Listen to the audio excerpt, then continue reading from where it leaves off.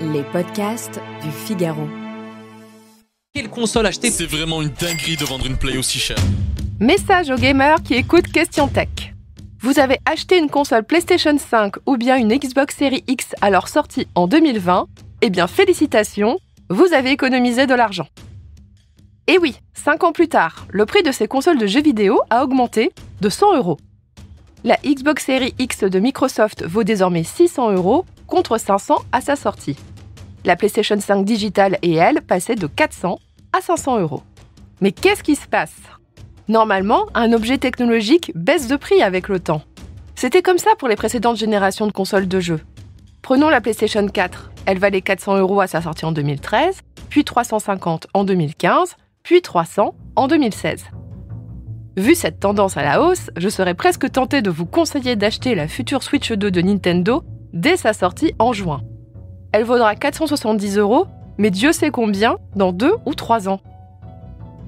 Mais pourquoi aujourd'hui le prix des consoles de jeux ne cesse d'augmenter ? Allez, venez, je vous explique tout en 5 minutes. On ne peut pas dire que Microsoft et Sony soient très bavards quand ils doivent justifier ces augmentations de prix. L'un évoque, je le cite, « les conditions de marché » sans plus de détails. L'autre parle, je le cite toujours, d'un environnement économique difficile, notamment en raison d'une inflation élevée. Alors en effet, les taux d'inflation se sont envolés depuis la sortie de ces consoles. En France, l'évolution moyenne des prix était de plus 0,5% en 2020, contre plus 5,2% en 2022 et plus 4,9% en 2023. La courbe est redescendue depuis, avec une augmentation de seulement 2% en 2024. Mais comme tout vaut plus cher, eh bien pourquoi ne pas augmenter aussi le prix des consoles ? D'ailleurs, la Xbox comme la PlayStation avaient déjà pris 50 € chacune en 2023, en plein pendant la crise inflationniste. Mais je ne suis pas sûre que l'inflation soit la seule raison. Je me demande si derrière l'environnement économique difficile, Sony et Microsoft ne parlent pas aussi de la guerre commerciale. Donald Trump l'a déclenchée en imposant des droits de douane de plus de 140% sur les produits importés de la Chine vers les États-Unis. Et devinez qui fabrique ces consoles en Chine ? Microsoft et Sony.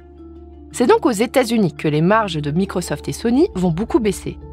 Mais ces deux groupes ont, semble-t-il, choisi de faire supporter ce poids à leurs clients du monde entier. D'ailleurs, c'est surprenant, mais le prix de la PlayStation 5 ne va pas du tout augmenter en Amérique du Nord. Il y a un autre point dans la communication de Microsoft qui a retenu mon attention. Il parle de l'augmentation des coûts de développement des jeux vidéo. Et alors là, c'est difficile de lui donner tort. Le budget de développement des jeux vidéo s'est envolé en quelques années. Pour les blockbusters, j'entends par là les jeux vidéo à grand spectacle avec de 500 à 1000 personnes derrière, il faut compter au grand minimum 100 millions de dollars et ça, c'est sans le budget marketing. Même les jeux un peu moins ambitieux se chiffrent en dizaines de millions de dollars. C'est donc devenu plus difficile de rentabiliser ces sorties, d'autant que le prix des jeux n'a au final pas tant augmenté que ça. Début 2000, un blockbuster était vendu 60 €. Aujourd'hui, on est entre 70 et 80. Alors, est-ce qu'on est surpris de lire que Microsoft augmente non seulement le prix de sa console, mais aussi celui des jeux conçus par ses propres studios ? Ils vont augmenter aux États-Unis de 10 $. Si la même chose était appliquée en Europe, cela voudrait dire que ces blockbusters made in Microsoft seraient vendus 90 €. Voilà qui va peut-être inciter les joueurs à se tourner vers l'abonnement de Microsoft, le Game Pass, qui propose tous ces jeux pour 18 € par mois. Faites vos calculs, mais une chose est sûre, jouer aux jeux vidéo à grand spectacle va devenir un loisir bien plus coûteux.